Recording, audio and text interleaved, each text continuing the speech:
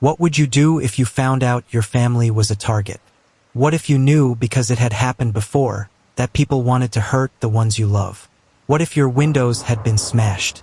What if a pipe bomb had been left at your door? Would you leave? Would you hide? Would you fight back? Mary Holt didn't have those choices. She wasn't involved in any of it. Neither was her sister Pauline. They were just living in a house that had become someone else's battlefield. On December 6, 2025, that battlefield came to their front room. A 4-year-old boy, a 60-year-old woman, petrol bombed through the window, and a community left asking, how did we let this happen? This is the Edenderry Firebomb murders. Before we begin, I need to ask you something. If you're watching this and you haven't subscribed yet, why not? This channel is free.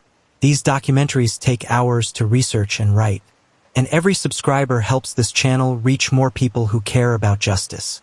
So hit that subscribe button, turn on notifications, and if you're already subscribed, drop a like on this video to help push it to others. Now let me take you to a quiet town in Ireland, where Christmas was about to turn into a nightmare. December 6, 2025, 7:40 p.m., Edenderry, County Offaly, a small Irish town where everybody knows everybody, where the annual Christmas tractor run had just wrapped up, 250 tractors decorated with lights and festive cheer, rumbling through the streets as families waved and children squealed with delight. Christmas was in the air. Lights twinkled in windows. The smell of turf fires drifted through the cold December evening. On Castleview Park, an estate of 48 houses built in the late 1960s, where many residents were elderly people who'd raised their children together, a modest end-of-terrace home glowed with warmth. The night before, neighbors had seen something through the front window.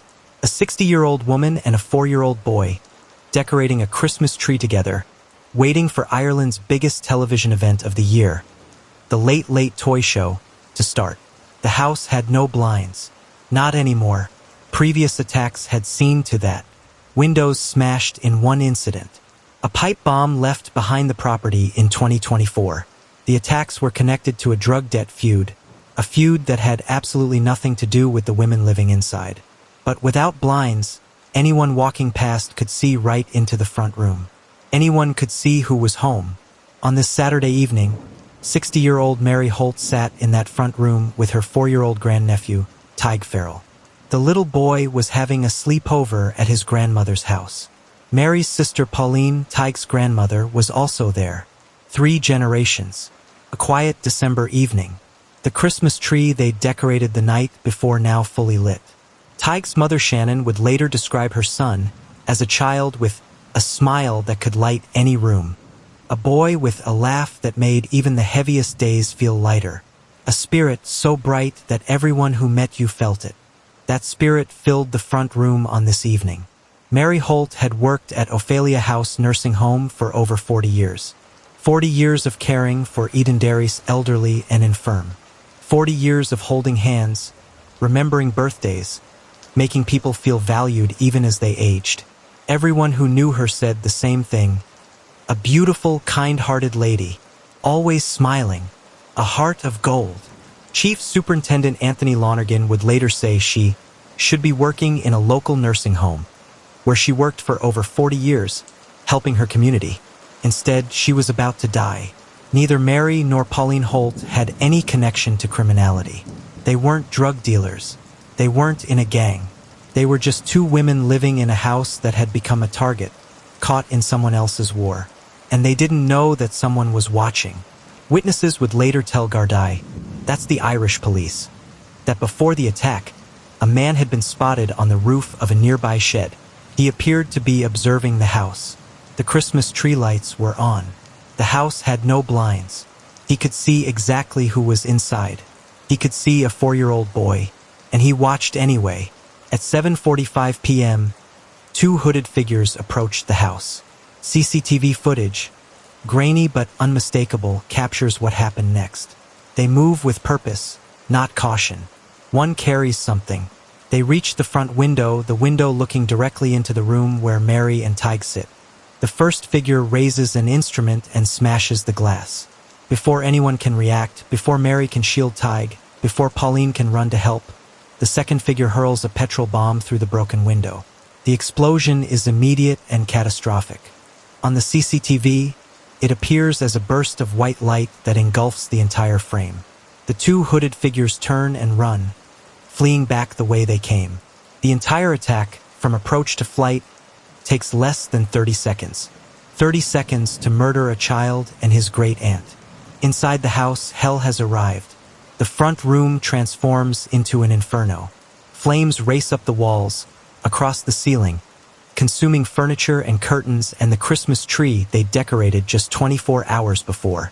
The heat is intense, unbearable. The smoke thick and black and choking. Pauline Holt tries to reach them, tries to get to her sister and her grandson. But the flames are too intense, the smoke too thick. She makes a desperate choice. She runs for the door, escaping the inferno, her clothes catching fire, her skin blistering and burning. She makes it outside screaming for help, her body on fire. Mary and Tadhg are trapped in the front room where the petrol bomb landed. The fire burns with chemical intensity, fed by whatever accelerant was in that bomb. The smoke is toxic, deadly. They have seconds, maybe less, to find a way out. They don't make it. Neighbors rush out of their homes, drawn by Pauline's screams and the roar of flames. The house is engulfed now, fire pouring from the broken front window, smoke billowing black into the December night sky. Someone calls emergency services. Someone tries to help Pauline, whose clothes are still burning. But no one can reach Mary and Tadhg. The Derry Rovers AFC football pitchbacks directly onto Castleview Park. From the pitch, you can see the houses. That night, people could see the flames, could smell the smoke, could hear the screams. A vigil would be held there days later, the community walking 4 laps of the pitch, one for each year of Tadhg's life. But on this night, there is only chaos, horror, and the growing realization that something unspeakable has just happened. Emergency services arrive within minutes. Fire crews from Edenderry, ambulances, Gardaí. If you're still watching, you're clearly interested in real cases told in full. Like, share, subscribe now, and hit that notification bell so you don't miss what comes next. Firefighters in breathing apparatus battle the blaze, knowing there are people still inside, knowing every second counts. Pauline is rushed to hospital. Her burns are severe, her condition critical. She's placed in an induced coma. She'll spend weeks fighting for her life. Her sister dead, her grandson dead, and she doesn't even know it yet. The fire crews fight to control the blaze and search for survivors. They know 2 people are still inside. They know where, the front room where the fire started, where the heat is most intense. At 8:37 p.m., less than an hour after the attack, firefighters locate Mary Holt's body in the front room. She died where she sat, unable to escape the flames and smoke. Minutes later, they find Tadhg, the 4-year-old boy with the laugh that made heavy days lighter. The child who should have been counting down to Christmas. The little boy who, just one night before, had been hanging ornaments on a Christmas tree with his great-aunt. Both were discovered in the front room, exactly where the fire had been deliberately started, as Gardaí would later confirm. Post-mortem examinations were conducted by Assistant State Pathologist Margot Bolster at the Midland Regional Hospital Tullamore. The results were not released for operational reasons. 30 kilometers away, at Midland's prison in Portlaoise, an inmate learned of the attack. Aaron Holt, 27 years old, Tadhg's father. He'd been incarcerated since July, serving sentences for drug-dealing offenses, 9 months for dealing while on bail, another 3 months consecutive for driving without insurance. He was awaiting sentencing on even more serious charges: possession of €32,910 worth of heroin with intent to sell. Detective Garda Joseph Bradley had testified in court that Aaron Holt was front and center, the principal supplier of illegal drugs in Edenderry and the surrounding area. Holt had 57 prior criminal convictions, 54 of them committed while on bail, 10 for drug offenses. He had 15 outstanding bench warrants dating back to 2017 for failing to appear in court. Search warrants had uncovered tick lists at his home. records showing that €67,000 was owed to him. Another list showed €99,000 in outstanding debts. This wasn't small-time dealing. This was a wholesale operation. Now his 4-year-old son was dead, murdered in a firebomb attack on his family's home. An attack almost certainly connected to the drug war he'd helped fuel. And locked in a prison cell, Aaron Holt could do nothing. But here's what makes this case even more disturbing. The attack didn't come out of nowhere. It wasn't random. It was retaliation. And the trigger had been pulled just hours before, inside the very prison where Aaron Holt was being held. Hours before Mary Holt and Tadhg Farrell burned to death, a fight broke out in Midlands prison. Not a random fight. Not inmates losing their tempers over nothing. This was coordinated, planned. Multiple prisoners targeting one man, an inmate with connections to a Midlands organized crime gang.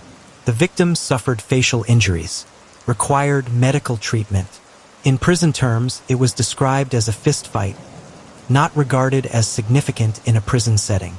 But what happened next made it very significant, for prisoners were identified as directly involved in the assault. They were placed in solitary confinement. One of the victim's associates was transferred to another prison as a security precaution. And Gardaí believed someone else had orchestrated the whole thing. Someone who gave the orders without getting his hands dirty. Aaron Holt, the father of 4-year-old Tadhg. The man Detective Garda Joseph Bradley called Front and Center, the principal supplier of illegal drugs in Edenderry and the surrounding area. Here's the theory investigators were working with. Aaron Holt, from inside his prison cell, ordered an assault on a member of a rival gang. That gang, a violent organized crime group operating across counties Kildare, Offaly, and Westmeath, retaliated. Not against Aaron Holt. He was locked up, untouchable. Against his family. The firebombing wasn't random violence. It was a message. You hurt our associate, we kill your family. You think prison walls protect you? They don't protect the people you love. One line of inquiry suggested the firebombing itself was ordered from prison by a senior criminal figure. Gardaí had discovered something disturbing during pre-planned searches targeting drug gangs. Petrol bombs and similar devices stored in ready-made batches at multiple properties. Ready-made, waiting to be used. A new trend in Irish gang violence. On December 12, 2025, 6 days after his son's murder, Gardaí arrested Aaron Holt inside Midlands prison. He was questioned about his role in ordering the assault that may have triggered the retaliation. Sources indicated that while Holt didn't physically participate in the prison fight, he was front and center in directing it. He was released without charge. The 4 prisoners who actually carried out the beating, also released without charge. Gardaí couldn't prove, at least not beyond reasonable doubt, that Holt ordered the assault. And even if they could, proving that assault led to the firebombing, that Holt should have known his family would be targeted. That's a complicated legal argument.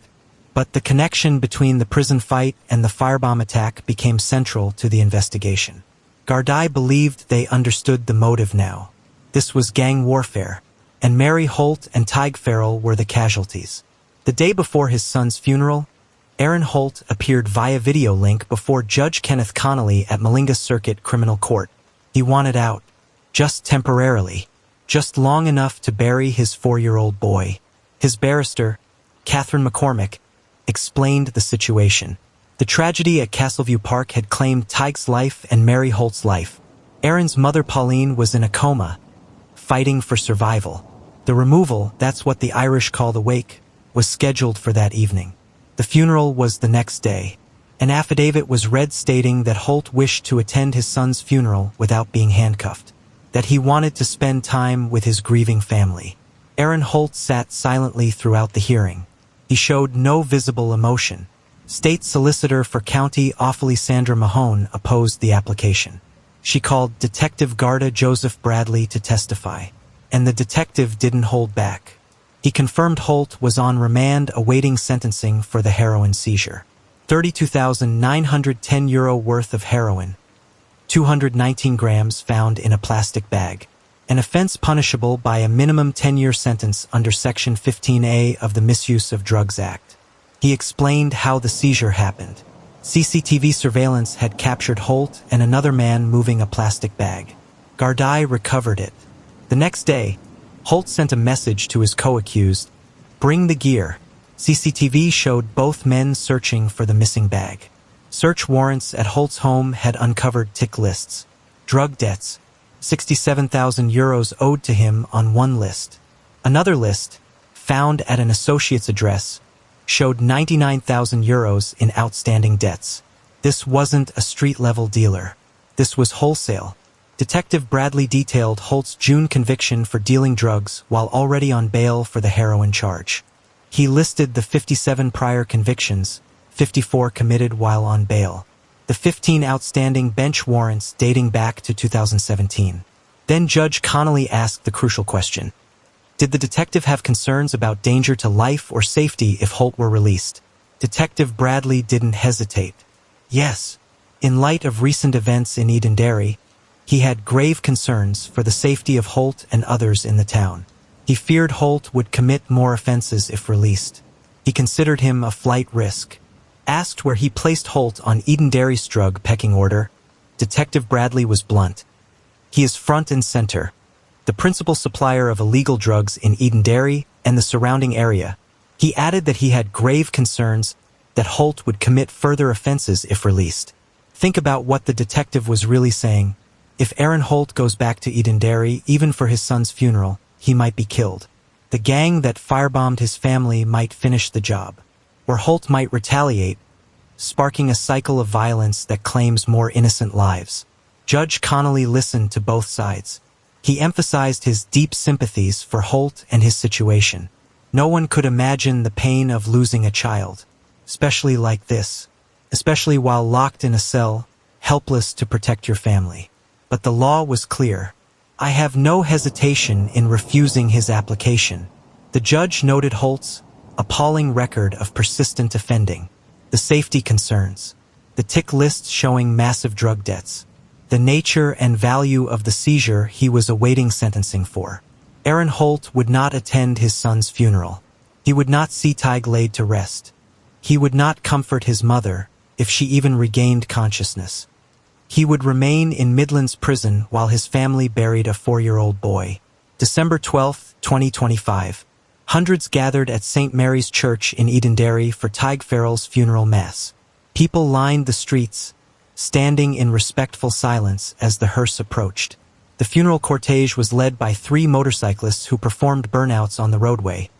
A final, thundering tribute to a little boy who loved dirt bikes. Inside the hearse, a small white coffin. On top of it, flowers and 2 photographs of Tadhg. One of them showed him on a dirt bike, capturing the energy and joy that defined his short life. The church was packed. Mourners spilled out into the streets. An entire community trying to comprehend the incomprehensible. How do you bury a 4-year-old? How do you explain to other children why their friend isn't coming back? How do you make sense of evil this pure? Parish priest Father Gregory Corcoran led the service. He began by reading words written by Tadhg's mother, Shannon. Shannon lived in a housing estate a short distance from Castleview Park. Since the attack, she'd been in a highly distraught state, comforted by family and friends. Her tribute to her son was read aloud in the church. My sweet Tadhg, you were only 4 years old, but you filled a lifetime's worth of love into those years. You had a smile that could light any room, a laugh that made even the heaviest days feel lighter, and a spirit so bright that everyone who met you felt it.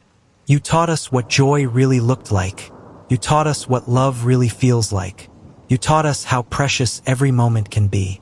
I love you, Tadhg. Rest gently, my sweet little boy, my only boy. I will find you in every bit of sunshine. Father Corcoran then read a tribute from Tadhg's Uncle Dylan, whose voice would have broken if he tried to read it himself. His time with us was far too short, but the impact he left on our lives will last forever. Losing you has left a space in our lives that nothing can fill. But as we grieve, we also remember the light he brought into the world. His enthusiasm, his stubbornness, his love. Thank you, Tadhg, for the memories. Thank you for the laughter. Thank you for the love you gave without even realizing it. May you rest in peace, my little man. my best friend, my nephew, today, tomorrow, and always, your Uncle Dill. A tribute from Tadhg's Nanny Farrell, Shannon's mother, recalled the small moments that now felt enormous. My grandson, baby Tadhg, I will forever think of the little things with you. Like the way you'd say, I love you, Nanny, and I'd say, I love you, and we'd laugh and say, what harm are you doing now, Tadhg? 5 minutes later, you'd be up to mischief again. Father Corcoran addressed the congregation. There are times in life when words are useless, and today is one of those times. We gather with broken hearts, carrying a grief that feels way too much. He said Tadhg left a mark on his family, his home, and the local community. A mark that time or tragedy cannot erase. Tadhg was survived by his mother Shannon, his father Aaron, 3 sisters, Ella Brooke, Heidi Lee, and Nevaeh, his grandmothers Karen and Pauline, his grandfather Richard, and his great-grandmother Marion. An entire family shattered by 30 seconds of violence.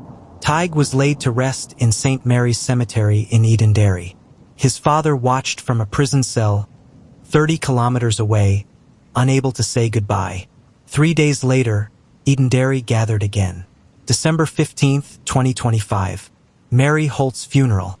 Her cortege made a stop at Offaly House Nursing Home, her beloved workplace, where she'd cared for others for 4 decades. Staff came outside to pay their respects. Some wept openly. They'd lost more than a colleague. They'd lost someone who embodied what it meant to care for others.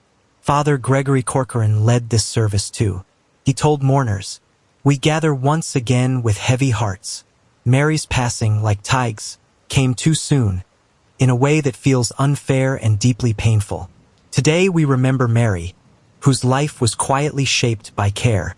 Mary was survived by her 7 siblings: Michael, Johnny, Margaret, Christy, Declan, Pauline, and Brendan. She was predeceased by her parents Michael and Peg, her sister Caroline, and her brother-in-law Pat. Her death notice described her as someone whose tragic passing has left her family, friends, and work colleagues in Offaly House devastated and heartbroken.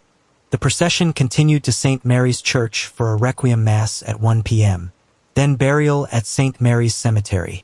2 funerals in 3 days. An aunt and her grandnephew, killed together, buried separately, mourned by an entire community. And Pauline Holt, the woman who'd escaped the flames with burns covering her body, remained in hospital, still in critical condition, still receiving treatment for serious burn injuries. When she recovered enough to understand what had happened, she would learn the truth. Her sister was dead. Her grandson was dead. Her home was destroyed, and she would carry the scars, physical and emotional, for the rest of her life. As we continue, like, share, subscribe now, and hit that notification bell so you don't miss what comes next. On December 10th, 2025, 4 days after the murders, Garda Síochána made a calculated decision. They released the footage, the CCTV video that captured the attack. The moment evil came to Castleview Park, they put it out there for the world to see. The video is short, mere seconds, but its impact is devastating. 2 hooded figures approach the house. The footage is grainy, shot from a distance, but clear enough. They move purposefully, quickly. One carries something later identified as the instrument used to smash the window. They reach the front of the house. The first figure raises their weapon and strikes the window. Glass shatters. Before the shards have finished falling, the second figure hurls the petrol bomb through the broken window. The explosion is captured as a burst of brilliant white light that fills the frame, washing out all detail for a moment.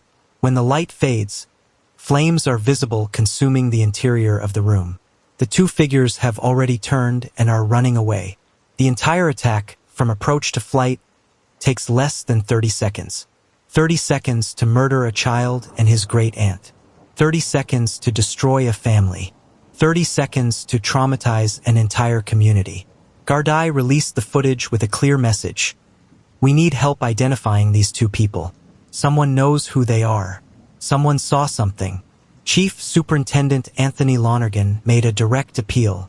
I want to reassure the community here in Edenderry and throughout Laois and Offaly Division that I will ensure that Garda Síochána is here to support you through this traumatic event.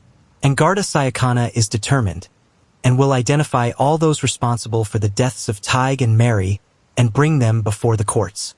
He specifically mentioned the Christmas tractor run that had taken place earlier that evening. On Saturday, December 6, 2025, the Christmas tractor run took place in Edenderry at 6 p.m., attended by over 250 tractors raising money for local charitable causes. Shortly before 7:45 p.m., this family home at Castleview Park was attacked. The timing was strategic. With 250 tractors and hundreds of spectators in Edenderry that evening, there were witnesses everywhere. Someone must have seen the two hooded figures before or after the attack. Someone might have noticed them acting suspiciously. Someone might have information that didn't seem important at the time but could crack the case wide open. Gardaí also revealed the scope of their investigation. Over 150 investigative jobs completed. Over 250 house-to-house inquiries conducted. Over 60 pieces of CCTV footage retrieved. Over 100 written statements taken. This wasn't a small-town police force overwhelmed by a major crime. This was a full-scale murder investigation with resources from across Ireland. The Serious Crime Unit of the Laois/Offaly Garda Division led the probe. They were supported by the Garda National Bureau of Criminal Investigation, the Garda Síochána Analysis Service, Special Tactics and Operations Command, and Divisional Gardaí from multiple regions. An incident room was established at Tullamore Garda Station, coordinated by a senior investigating officer. Tips could be called in to the incident room at 057-932-7600, the Garda Confidential line at 1-800-666-111, or any Garda station, particularly Edenderry. The investigation team analyzed the CCTV frame by frame. The two attackers appeared to be male based on body shape and movement. They were likely young, their movements quick and agile. The way they fled suggested fitness, possibly teenagers or men in their early 20s. Sources within the investigation told journalists that Gardaí were aware of names, including a young hood from County Kildare, who might be a person of interest for actually carrying out the attack. The gang suspected of ordering the firebombing was primarily based in counties Kildare, Offaly, and Westmeath. Members were interconnected through marriage and family relationships, making them what investigators called a tight unit. This organized crime group had been involved in violent drug debt intimidation for years. But the level of outrage about these particular murders was unprecedented. Even hardened criminals are suggesting that those responsible for last weekend's outrage should hand themselves in and certainly not get any help. One source told Crime World, an Irish crime journalism outlet, think about that for a moment. Career criminals, people who've spent their lives breaking the law, were so disgusted by this attack that they wanted the perpetrators caught. The gang's past was violent. They'd been linked to at least 2 other murders, both connected to the drug trade in the Midlands. But those victims had been involved in criminal activity themselves. When criminals kill criminals, society often shrugs. But killing a 4-year-old boy and a 60-year-old nursing home worker? That crossed every line. Mary and Tadhg were completely innocent. Collateral damage in a gang war they had no part in. And even in the criminal underworld, that matters. On December 12th, the same day as Tadhg's funeral, Gardaí executed search warrants at 3 houses across Offaly and Kildare. Officers from multiple units descended simultaneously. Serious Crime Unit detectives, Special Tactics and Operations Command personnel, GNBCI investigators, local Gardaí. The searches were completed by evening. Gardaí refused to release results for operational reasons. But the message was clear: we're closing in. December 30th, 2025. Christmas had come and gone. For most of Ireland, it was a time of family gatherings, gift exchanges, festive meals. For Edenderry, it was a haze of grief and anger. The tinsel and lights felt obscene now. How do you celebrate when a 4-year-old boy should be opening presents but instead lies in a cemetery? On this day, Gardaí released new information. They'd identified the getaway vehicle, a black Kia Rio Saloon. Registration number 08D24363. CCTV footage showed the two attackers fleeing Castleview Park and getting into this car. It sped away from the scene moments after the firebomb was thrown.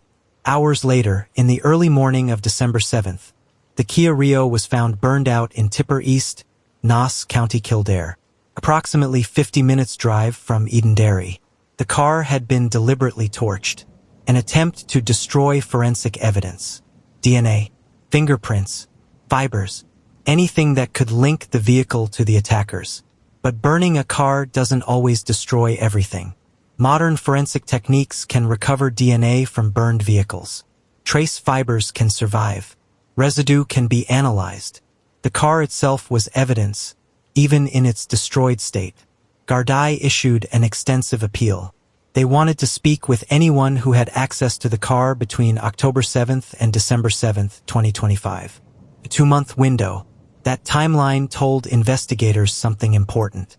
The attackers didn't steal this car the day of the attack. They'd had access to it for weeks, maybe months. This wasn't opportunistic, grabbing the nearest vehicle and hoping for the best. This was planned. Gardaí were particularly interested in the car's movements between December 1st and December 7th, the week leading up to the attack. Where had it been? Who had driven it? Had anyone seen it near Edenderry? Near Castleview Park? The investigation team confirmed that previous registered owners of the vehicle had been identified and cleared. They were not involved in the attack. This wasn't a case of some innocent person's car being stolen without their knowledge. Or if it was, Gardaí had already ruled those people out. They appealed for CCTV footage, dashcam recordings. Anyone driving through Kildare, Offaly, or surrounding areas in the days before December 6th might have captured the black Kia Rio on camera without even realizing it. The discovery of the getaway car painted a disturbing picture. This attack was meticulously planned. Someone acquired the car weeks in advance. Someone scouted the target location. Someone watched the house from a nearby rooftop. Someone waited for the right moment, when Tadhg would be visiting, when family members would be home, when the Christmas tree would be lit and visible through the window. And someone gave the order to strike. The attackers themselves, the two hooded figures captured on CCTV, were likely low-level operatives. Gardaí suspected they were young men, possibly teenagers, used by the gang because they'd face lesser consequences if caught. In Irish law, juvenile offenders are treated differently than adults. Even for serious crimes, they're more likely to receive rehabilitation-focused sentences rather than lengthy prison terms. Using young people to commit murder is a tactic organized crime groups have increasingly employed. It's cold, calculated, evil. The kids get criminal records, maybe time in juvenile detention. The masterminds behind the attacks remain untouched. But in this case, the public outrage was so intense, the crime so heinous, that even using young offenders might not protect the gang's leadership. If Gardaí could connect the dots, from the two attackers up the chain to whoever ordered the hit, everyone involved would face murder charges. In Ireland, murder carries a mandatory life sentence.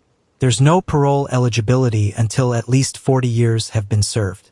For anyone convicted of killing Tadhg and Mary, that means growing old in prison, losing their entire adult life behind bars. On December 23, 2025, as Christmas approached, Chief Superintendent Anthony Lonergan made another appeal. Tadhg and Mary should be looking forward to and preparing to celebrate Christmas with their loved ones. But they weren't. Tadhg was in St. Mary's Cemetery, a 4-year-old's life reduced to a headstone and memories.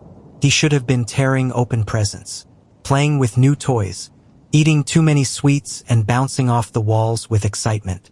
Mary was buried beside him. 40 years of caring for others, ending in flames and terror. She should have been at Ophelia House, working her shift, making elderly residents smile. Pauline was still in hospital, still recovering from serious burn injuries, still processing the trauma of surviving while the people she loved did not. And Garda Síochána is determined, and will identify all those responsible for the deaths of Tadhg and Mary and bring them before the courts, Lonergan said. As Christmas approaches, I appeal directly to any person with any information on this violent, fatal incident to speak with investigating Gardaí. Somewhere out there, people knew who did this. People knew who gave the orders. People knew who threw the bomb. The question was whether they'd talk. As we move on, like, share, subscribe now and hit that notification bell so you don't miss what comes next. December 10th, 2025. The same day Gardaí released the CCTV footage, Edenderry came together. Hundreds of people gathered at Derry Rovers AFC, the local football club whose pitch backs directly onto Castleview Park. They came holding candles, tea lights flickering against the December darkness. They came to mourn, to remember, to stand united against the violence that had shattered their community. The vigil was organized by Derry Rovers as a stance against the drug scourge in our community. James Doyle, the club's vice chairman, told reporters what everyone was feeling. This is absolutely devastating for the local community. This town probably won't recover from what's happened here. People won't recover. Some of the Holt family, including Tadhg's uncle, played for the club. Doyle said they wanted to come together, to show the family they weren't alone. The vigil began with prayers from Deacon Paul Wire. The violent and unexpected and untimely nature of their deaths makes their passing even more tragic and sorrowful, he said. Then the community walked, for laps around the football pitch, one for each year of Tadhg's life.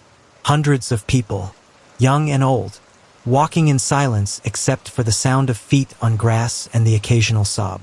Children who'd played with Tadhg, adults who'd been cared for by Mary, neighbors who'd never met the victims but felt their loss like a physical wound. The house where Mary and Tadhg were killed is right next to the pitch. As people walked, they could see it. The boarded-up windows, the crime scene tape, the scorch marks still visible. Outside the house, people left tributes. Lights, flowers, teddy bears, messages. One white balloon had writing in black marker. He was only 4. R.I.P. Tadhg. The number 4 was underlined twice, as if the person writing it couldn't quite believe it, couldn't accept that a child so young could be taken so violently. Another message read, "Rest in peace, Tadhg and Mary. You will forever be in my heart. I am so lucky you got to be part of my life. Heaven has gained 2 beautiful angels. Rest easy." Mary's neighbors, Francis Judge and Mary Daly, came to pay their respects. They said Mary was someone who was always smiling. They said the neighborhood had been in a very bad way since the attack. Kayleen Nolan, 27 years old, sang In the Arms of an Angel as people walked the pitch. She'd gone to school with Tadhg's mother Shannon. "We are a tight-knit community in Edenderry," Nolan said. "We all stick together. Most people from Edenderry who get sick and need care when they are older go there, to the local nursing home." To think that she cared for all those people in the community, and now, this is what has happened to her. It's just awful. She paused. Petrol bomb attacks are something you see in movies and TV shows. It's unbelievable to have this devastation on your doorstep, and to have it happen to people you know. Several people at the vigil spoke about how Mary had cared for their family members. Mothers, fathers, grandparents, people who spent their final years at Offaly House, comforted by a woman who treated every resident with dignity and kindness. A beautiful, kind-hearted lady. One person posted online, "An angel on earth." Local independent councillor Fergus O'Donnell had lived in Castleview for 20 years, just yards from the attacked house. He knew the family well. The local community, the friends and neighbors and community at large are disgusted, he said. The fact that the innocent have suffered is terrible. Fianna Fáil councillor Claire Murray, who represents the Edenderry local electoral area, struggled to find adequate words. It is hard to put into words how devastated people are. The loss of such innocent life is inexcusable. Edenderry is a darker place today.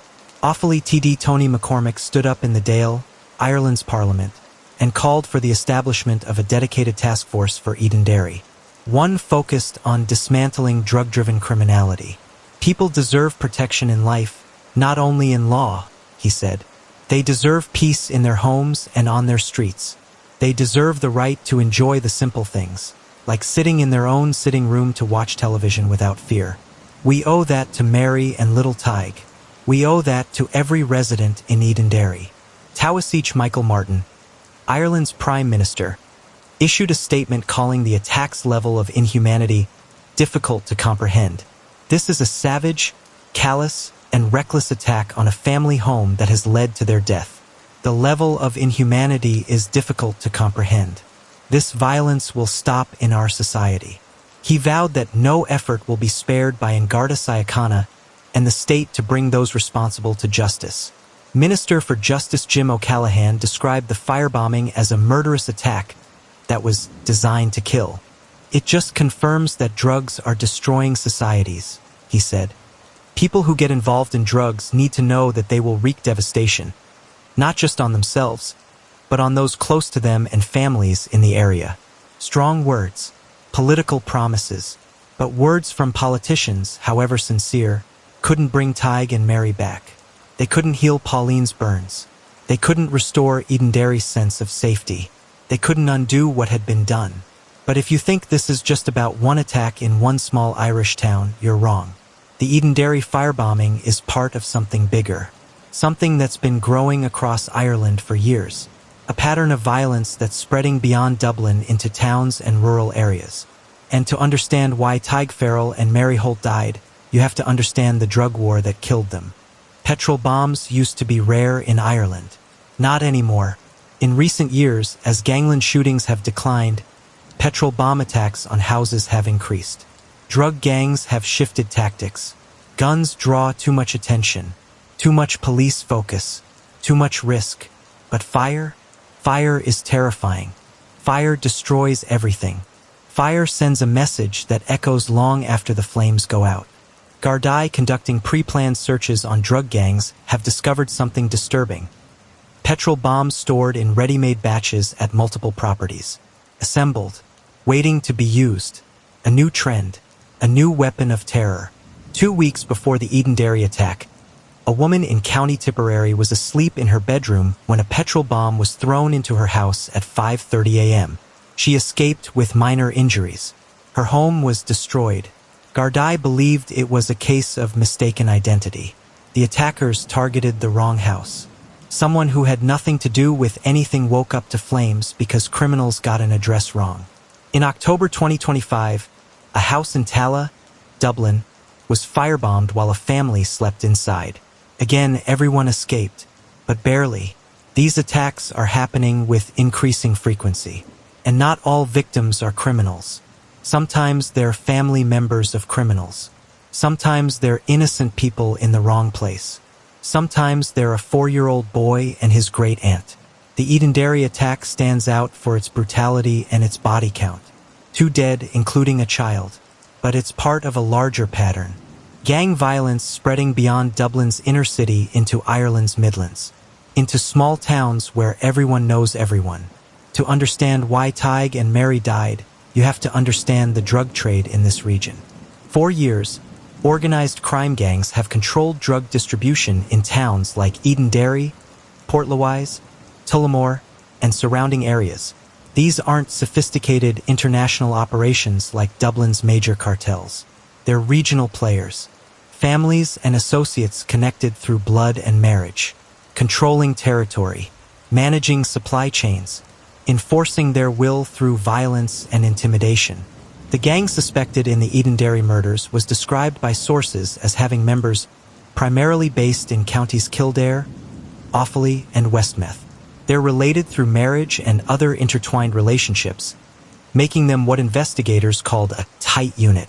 This gang had been linked to at least 2 other murders before December 6, 2025. Both previous victims were involved in criminal activity themselves, rival dealers or people who'd crossed the gang. Those murders generated investigations but relatively little public outrage. When criminals kill criminals, the public moves on. But killing a 4-year-old? That changed everything.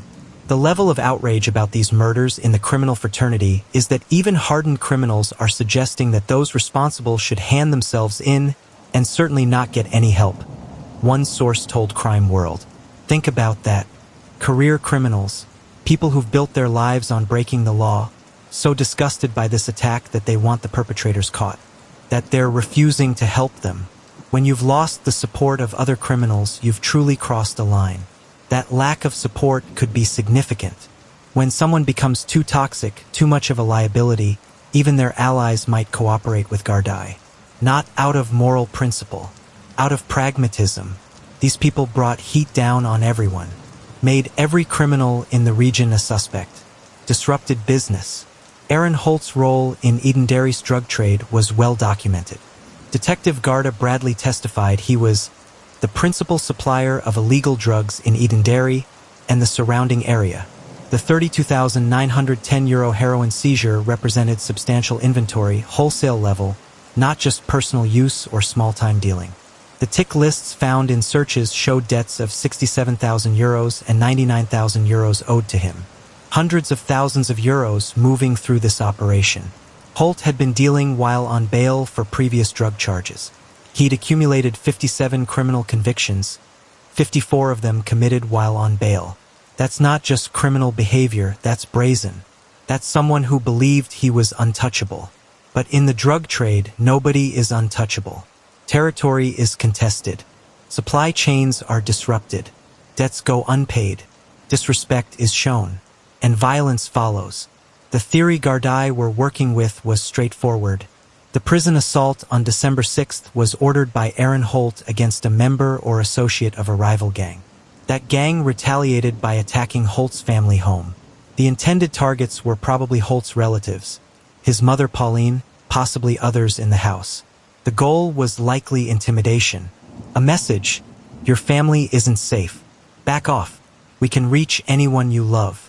But fire is unpredictable. Flames spread fast. Smoke kills faster. What might have been intended as a terrifying warning became a double homicide. Tadhg and Mary, who had nothing to do with drugs or gangs or criminal feuds, died because they were in the wrong place at the wrong time. Or maybe the attackers didn't care who died. Maybe killing innocents was the point. Maybe they wanted to demonstrate that they would cross any line, inflict any horror, murder anyone, including children, to maintain their position. Drug debt intimidation is increasingly common in Ireland. When addicts accrue debts they can't pay, dealers don't write off the losses. They collect, sometimes from the addicts themselves, sometimes from their families. They pay other people, often addicts desperate for their next fix, to attack homes, smash windows, set fires, send messages. The people who actually carry out these attacks are often young, teenagers, kids who'll face lesser consequences because of their age, kids who don't fully understand what they're doing, or who are too desperate or afraid to refuse. The people who give the orders. They stay clean, protected by layers of insulation. Deniability. Getting to them requires someone to talk, someone to flip, someone to decide that their own survival matters more than loyalty to a gang that would throw a petrol bomb at a house with a 4-year-old inside. January 14, 2026. 6 weeks after the murders. Tadhg arrested a man in his late 20s on suspicion of murder. He was detained under Section 4 of the Criminal Justice Act, 1984, at a Garda station in the Midlands. Investigators confirmed he was being questioned about the double murder of Tadhg Farrell and Mary Holt. This was the first arrest directly connected to the firebombing itself. Not the prison assault. The attack that killed a child and his great-aunt. The breakthrough the community had been waiting for. Details about the suspect weren't immediately released. Was he one of the 2 hooded figures captured on CCTV? Was he connected to the gang suspected of ordering the attack? Was he someone who helped plan it, provided the car, gave logistical support? Under Section 4 detention, Tadhg could hold him for up to 24 hours initially, with possible extensions to 48 hours if a superintendent authorized it. During that period, investigators would interrogate him, present evidence, try to break his story, try to get him to implicate others. The arrest came after weeks of meticulous work. The 150-plus investigative jobs, the 250-plus house-to-house inquiries, the 60-plus pieces of CCTV footage, the 100-plus written statements, the identification of the getaway car, the appeals for information about its movements, the forensic analysis of the burned-out vehicle. all of it building toward this moment. But this wasn't the first person arrested in connection with the case. Remember, 5 prisoners at Midlands Prison had been arrested and questioned about the assault that preceded the firebomb attack, for who directly participated in the beating, and Mary Holt suspected of ordering it. All 5 released without charge. The community held its breath. Would this arrest be different? January 15, 2026. Just 1 day later, the suspect was released without charge. Gardaí announced that a file will be prepared for the Office of the Director of Public Prosecutions. The investigation continues. It was the same pattern. The 5 prisoners questioned about the prison assault, released without charge. Mary Holt questioned about ordering that assault, released without charge. And now this man, arrested on suspicion of the murders themselves, released without charge. The community's frustration is understandable, palpable. Every arrest that doesn't result in immediate charges feels like failure, like the system isn't working, like justice will never come. But released without charge doesn't mean innocent. It means Gardaí don't yet have enough evidence to bring the case to court with confidence of conviction. It means prosecutors need more before they can prove guilt beyond reasonable doubt. The file going to the DPP is significant. It means everything Gardaí have gathered, the CCTV footage, the witness statements, the forensic evidence, the intelligence about gang connections, will be reviewed by prosecutors. They'll decide whether charges can be brought, whether the evidence is strong enough to go to trial. In Ireland's legal system, the standard for charging someone with murder is high. Rushing charges that later collapse in court serves no one. Not the community, not the justice system, and not Tadhg and Mary, whose memories deserve justice that sticks. As of January 15, 2026, the investigation continues. A man has been arrested, questioned, and released. A file is being prepared for prosecutors. Gardaí have collected massive amounts of evidence: CCTV footage, witness statements, forensic material from the burned-out Kia Rio, DNA and fingerprints from the crime scene. But evidence alone doesn't guarantee convictions. Prosecutors will need to prove beyond reasonable doubt that the people charged actually committed these murders. In Ireland, as in most Western legal systems, that's a high bar. The CCTV footage shows 2 hooded figures attacking the house. But can prosecutors prove who those figures were? The footage is grainy, shot from a distance. Faces aren't visible. Without additional evidence, DNA from the scene, fingerprints on materials, witness testimony identifying the attackers, it might be difficult to secure convictions based solely on the video. The getaway car was found burned out. Fire destroys evidence, but not always completely. Forensic scientists can sometimes recover usable DNA from burned vehicles. It's challenging. If the car was stolen, that adds another layer, proving who took it, who drove it, who provided it to the attackers. Witness testimony could be crucial. Did anyone see the attackers before they put on their hoods? Did anyone notice the Kia Rio in the area before the attack? Did anyone overhear conversations about planning it? Witness testimony can be powerful, but it can also be unreliable, contradictory, especially when memories fade, or when fear silences tongues. The organized crime connection complicates everything. If the attack was ordered by gang leadership, prosecutors will want to charge those who gave the orders, not just the foot soldiers who carried it out. But proving conspiracy requires evidence of communication. Planning, agreement, phone records might help, but experienced criminals use burner phones, encrypted apps, face-to-face meetings. They know how to avoid leaving electronic trails. One possible break could come from insider testimony. If one of the attackers agrees to cooperate, to testify against others in exchange for a reduced sentence, the entire case could crack open. But that requires someone deciding their own survival matters more than loyalty to the gang. And gangs have ways of ensuring loyalty: threats against family members, promises to care for loved ones while the person is incarcerated, or simply the code that snitches are the lowest of the low. Pauline Holt, if she has fully recovered, could potentially provide testimony. She was there when the attack happened. She escaped the house. She might have seen or heard something that could identify the attackers or provide crucial context. but she's been recovering from severe burns, processing the trauma of losing her sister and grandson, dealing with physical and psychological aftermath that will last a lifetime. Mary Holt remains connected to this case in complicated ways. He's both the victim's father and a potential link to the events that triggered the attack. If Gardaí can prove he ordered the prison assault that provoked the retaliation, he could face scrutiny, though charging him for murders he didn't directly commit would be legally complex. The community of Edenderry continues to grieve. The house on Castleview Park remains a crime scene, boarded up, a constant reminder of what happened there. Neighbors walk past it every day, unable to forget what they saw and heard that December night. The Christmas lights that decorated the town during the tractor run have come down. Christmas has passed. A new year has begun. But for the people who love Tadhg and Mary, time doesn't heal this wound. It just makes it more familiar, more integrated into the landscape of their lives. Shannon faces the impossible task of moving forward without her son. The boy with the smile that could light any room. The child who taught her what true joy and true love look like. He's gone, and no amount of justice will bring him back. Mary Holt's colleagues at Offaly House Nursing Home continue caring for their residents. But they do it without the woman who dedicated 40 years to that work. Residents who were cared for by Mary, whose families knew her kindness, mourn her as someone irreplaceable.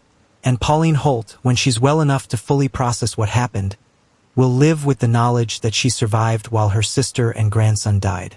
Survivor's guilt is real and profound, especially when you couldn't save the people you love. The vigil at Derry Rovers AFC, the 4 laps around the pitch representing Tadhg's 4 years of life, captured something essential about this tragedy. A community walking together in grief, refusing to let evil destroy their bonds, demanding justice for the innocent. But justice is slow. Investigations take months. Trials take longer. Even if convictions are secured, appeals can drag on for years. And at the end of it all, even if everyone responsible is identified, prosecuted, and imprisoned for life, it won't undo what happened on December 6, 2025. Tadhg Farrell will still be dead. Mary Holt will still be dead. Pauline Holt will still bear the scars. Edenderry will still remember the night evil came to Castleview Park. The man arrested on January 14, 2026, might be the breakthrough Gardaí needed. Or he might be released, as he was, without charge while investigations continue. The file going to prosecutors suggests this isn't over. Evidence is being analyzed. Witnesses are being re-interviewed. New leads are being pursued. Somewhere in the Midlands of Ireland, people know what happened. They know who gave the orders. They know who threw the petrol bomb. They know who drove the getaway car. They know who smashed that window. Whether they'll tell Gardaí what they know, whether loyalty or fear or conscience will prevail, remains to be seen. Chief Superintendent Anthony Lonergan's words echo, and Garda Síochána is determined, and will identify all those responsible for the deaths of Tadhg and Mary and bring them before the courts. Determined, but determination alone doesn't guarantee success. Evil sometimes escapes justice. Cases sometimes go cold. Witnesses sometimes stay silent. The people of Edenderry wait. The families wait. The Gardaí work. And in St. Mary's Cemetery, 2 graves sit side by side. A 4-year-old boy and his great-aunt. Murdered together. Buried separately. Remembered always. Tadhg Farrell should be in school right now. Making friends. Learning to read. Playing football at Derry Rovers. Getting into mischief and making his nanny laugh. Mary Holt should be at Offaly House, caring for elderly residents with the kindness she showed for 40 years. Holding hands, remembering birthdays, making people feel valued. Pauline Holt should be planning family gatherings, watching her grandson grow, living without pain. But should be doesn't exist. Only is remains. And what is this? 2 people dead, community shattered, an investigation ongoing, justice pending, and somewhere in Ireland the people who threw that petrol bomb, who ordered that attack, who set in motion the events that killed a child and an innocent woman. They're still out there.